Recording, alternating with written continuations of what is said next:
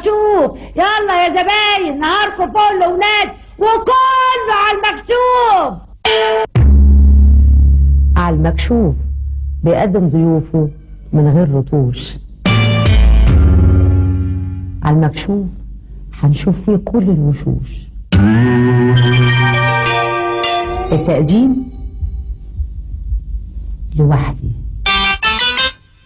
الإعداد لناس صحابنا، أما المذيعات لاتنين حبايبي، واحدة اسمها والتانية اسمها وأنا إن بتوين.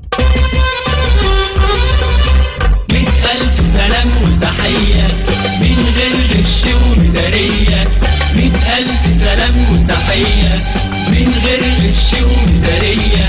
لا مؤاخذة وعلى المكشوف هنقلد كذا شخصية.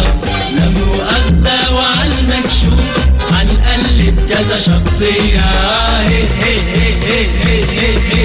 الجوكر مالي الملعب والرك على السنيورة، والواد مرسي بسلامته بيقول شربت أمورة، وزهرة بنت أبو هاني مش راضية عن كمبورة، وأبو جلابية طوبي وحسين ابن أبو شربين، وكمان سيد زيان ونجح ملك التلوين، والواد زغلول النت وحميدة شاب متين.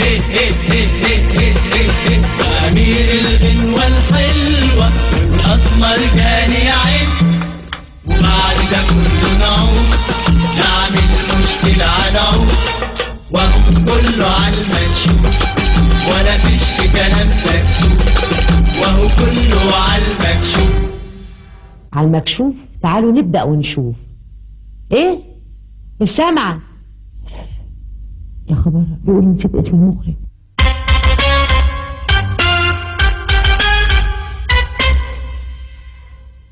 أعزائي المشاهدين أهلا بيكم. تسمحوا لي قبل ما نبدأ حلقة النهاردة أحكي لكم حكاية حصلت لي، ممكن تسمعوني؟ أنا متشكرة قوي لأن كان نفسي أقولها. في يوم من الأيام وأنا قاعدة في البيت لا بيا ولا عليا وكافية خير الشر، أي والله، وقاعدة في حالي كده، فجأة لقيت زيطة بره، لقيت الدنيا واقفة على رجلي كده اهوت، رحت فاتحة الشباك بتاعنا. أنا فاكرة الشباك بتاعنا أيوة كان خشب، لا هو مش خشب، هو حديد، لا هو مش حديد، هو كان ان بتوين. فتحت الشباك على مصراعيه، لقيت ايه ده ايه ده، قلت ده هجوم التتار ده ولا ايه الزيطة دهيت، ولقيت اطفال وشباب وشيوخ وستات عمالين بيغنوا اغنية اسمها لولاكي، ويقولوا ايه لولاكي وردوا على بعض لولا لولا لولا لولا لولا. ايه ده؟ طبعا انا كنت جايه من الشغل مرهقه ونفسي انام، بدل ما اسكته تفتكروا عملت ايه؟ وقفت اغني معاهم لان الاغنيه كانت جميله جدا، وقعدت اقول لولاكي لولا لولا لولا لولا لولا. حكايه عجيبه قوي. طبعا الاغنيه دي انتشرت انتشار سريع جدا يعني كسرعه البرق. ومعانا ضيفنا النهارده صاحب هذه الاغنيه الجميله، طبعا انتوا عارفينه، علي حميد. يا كحلة عينك كدالة من ساعة ما رأيت خيالة، يا كحلة عينك كدالة من ساعة ما رأيت خيالة، خلتني عايش